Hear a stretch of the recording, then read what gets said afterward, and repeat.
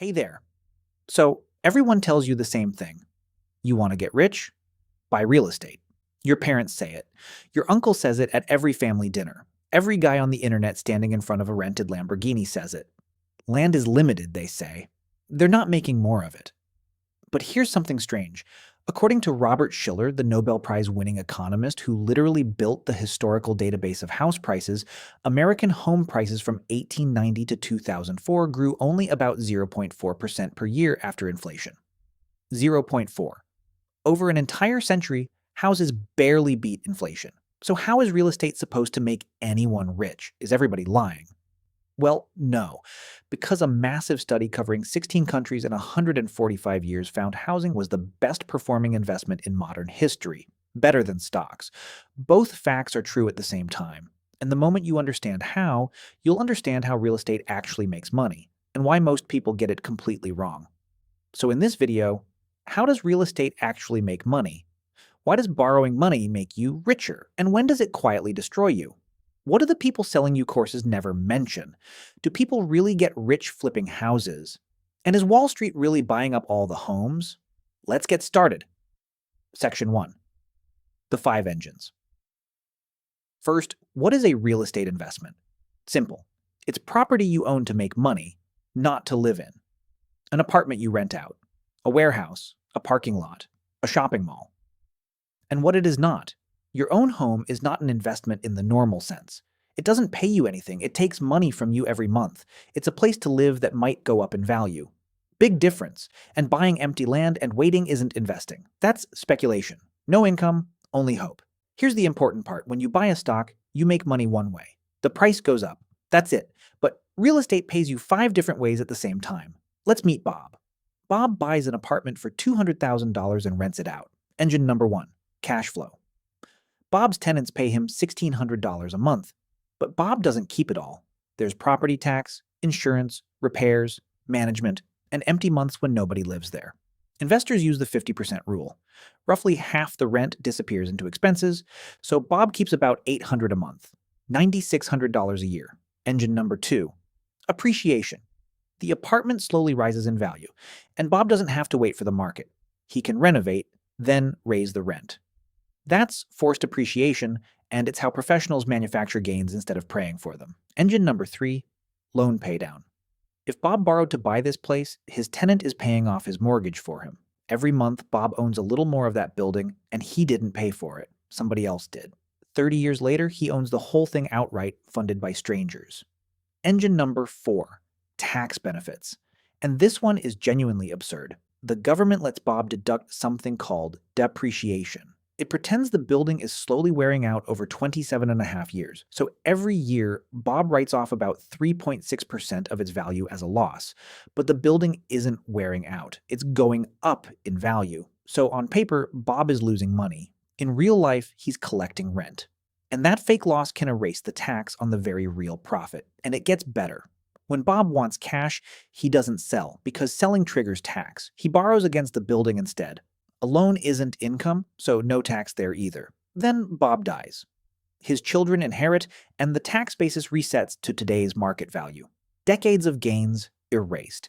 In America, they call this buy, borrow, die, and on one property, it can wipe out over $200,000 in tax. That's not a loophole some accountant found. That's the system working as written. Engine number 5. Leverage.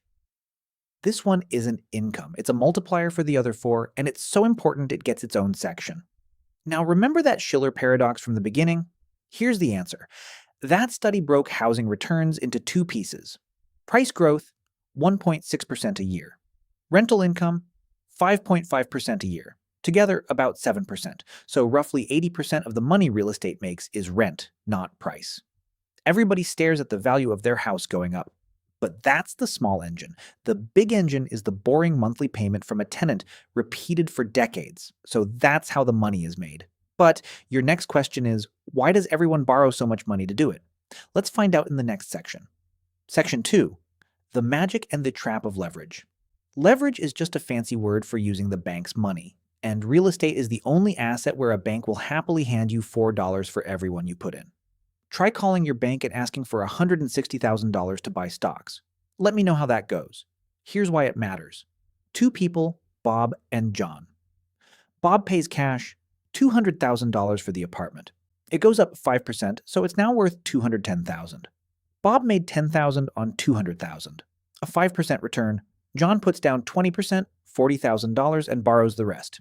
Same apartment, same 5% rise, same $10,000 gain. But John only put in $40,000. $10,000 on $40,000 is a 25% return. Same building, same market, same year, 5 times the return. That is leverage. Bob owns 1 apartment, John used the same money to control 5. And that's why real estate creates so many millionaires. Not because property is magic, but because it's the one thing ordinary people can buy with somebody else's money. But leverage works in both directions. If the apartment drops 20%, Bob loses 20%. Painful, but survivable. John put in $40,000 and the building just lost $40,000. His entire investment is gone. Zero. And he still owes the bank every cent. And now, in 2026, there's a second problem that almost nobody talks about. Investors measure a property by its cap rate, just the yearly profit divided by the price. In America right now, typical residential cap rates run around 4 to 6%, but the average 30-year mortgage rate is about 6.7%. Do you see the problem? You're borrowing at 6.7 to buy something that earns 5. That's called negative leverage. The loan doesn't multiply your profit, it eats it. Let's do this with real numbers, because this is the part that surprises people. John borrowed $160,000. Back in 2021, at a 3% mortgage, his payment was $675 a month, about $8,100 a year. Rent brings in $9,600. So John pockets roughly $1,500 a year, and his tenant is buying him a building. Now take the exact same apartment. Same tenant, same rent, and today's 6.7% mortgage. His payment jumps to about $1,030 a month, roughly $12,400 a year, against $9,600 of rent. John is now losing about $2,800 every year. He is paying for the privilege of owning it, and that's before one broken boiler. Nothing changed except the interest rate. So the strategy that made everyone rich from 2010 to 2021 is mathematically broken today in most American cities. Same houses, same strategy, different math. Now you understand leverage. But you're probably thinking, fine, I'll just find a property with positive cash flow, and I'm safe. Well, not exactly. Let's talk about what nobody puts in the brochure. Section 3. What nobody tells you. 3 costs quietly destroy returns. First, the mortgage itself. Take a $400,000 loan at 6% over 30 years. You will pay more than $463,000 in interest. Read that again. You pay the bank more than the house cost, and it's front-loaded. In the early years, almost your entire payment is interest. On a normal 30-year mortgage, the month where you finally pay more principal than interest doesn't arrive until year 19. After 5 full years of paying, you've handed the bank about $145,000 and reduced your actual debt by $27,000. So who's really making money in that arrangement? Yeah, the bank.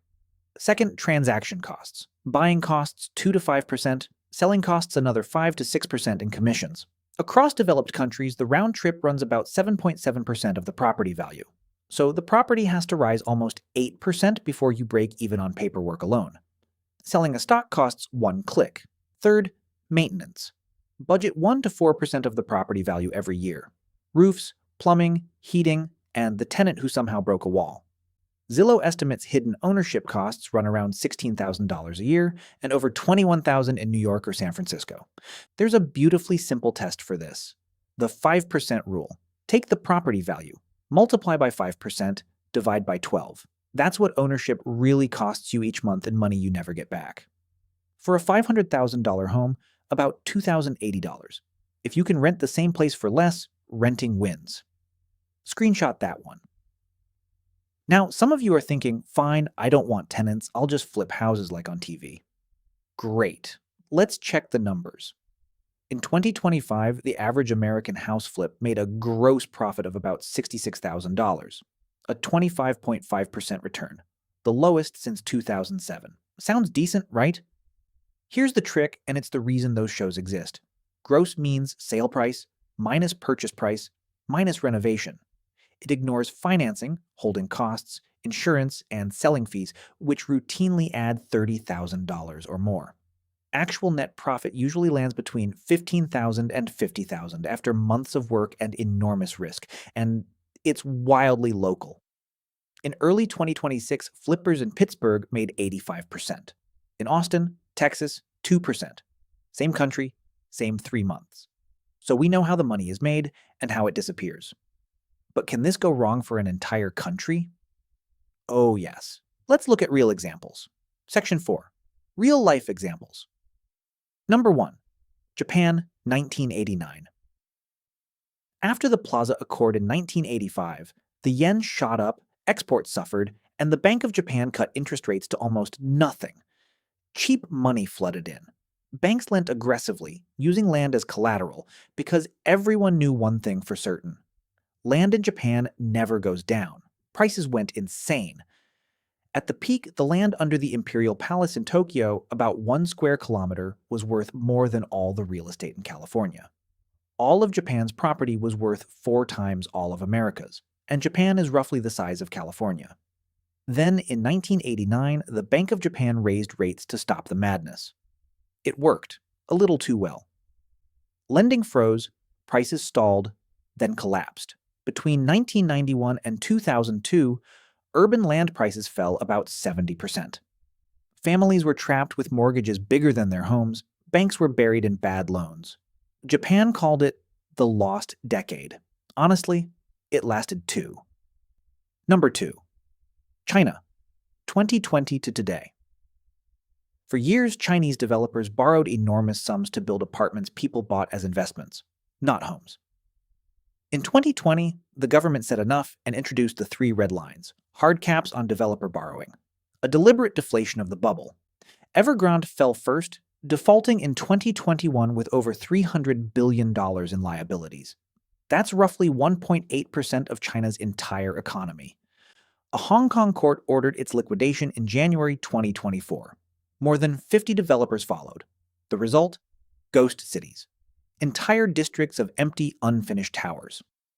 In the first half of 2026, property development investment in China fell 18% from a year earlier. And here's the detail that says everything. In March 2026, authorities had to ban people from storing cremated remains inside empty apartments because it was cheaper than a funeral plot. 2 very different countries, one identical lesson. Real estate makes money from rent and time, not from the belief that prices only go up. Now, if property is that fragile, you'd expect the smartest money on earth to be quietly buying it all up. And that's exactly what the internet keeps telling you. So let's find out if it's true. Section 5. 2 myths. Myth 1. Wall Street is buying up all the houses. You've seen this everywhere. The reality? Institutional investors, the big funds owning 100 or more homes, own less than 1% of American housing. Blackstone, the villain of every video on this topic, owns about 0.06% of single-family homes. Small investors with 1 to 9 properties make up over 90% of all investor purchases. And in 2026, those large investors became net sellers, listing more homes than they bought. They're leaving, not conquering. Myth 2. Homeowners are rich because they own homes. Yes, the median American homeowner has a net worth around $396,000 versus $10,400 for renters. That's 38 to 1. Looks like proof. But look closer. Home equity is only half of that net worth, and 78% of homeowners own other appreciating assets compared to just 48% of renters. The house isn't the whole story. People who could save a down payment were already good at building wealth. The house didn't create the habit created the house. So, in conclusion, real estate doesn't make money because land is magic or because prices always go up. It makes money through 5 boring engines running at the same time. Rent. Slow appreciation. Somebody else paying off your loan. Tax rules written in your favor, and borrowed money multiplying all of it. But every one of those engines can run backwards. Leverage multiplies losses just as fast as gains. Interest eats your first 2 decades. Costs stay invisible until they arrive. And prices absolutely can fall. Just ask Tokyo.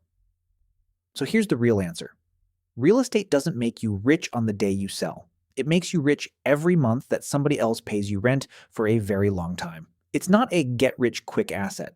It's a get-rich-slowly asset that people keep trying to speed up. And that's exactly how they lose everything. If you want to know what actually happens when someone can't pay their mortgage or why houses keep outrunning salaries, let me know in the comments. And if you want to understand why cheap money creates these bubbles, check out my video on why we can't just print more money. Link in the description. If you want me to make other videos explaining these topics, please like and subscribe. Thanks for watching.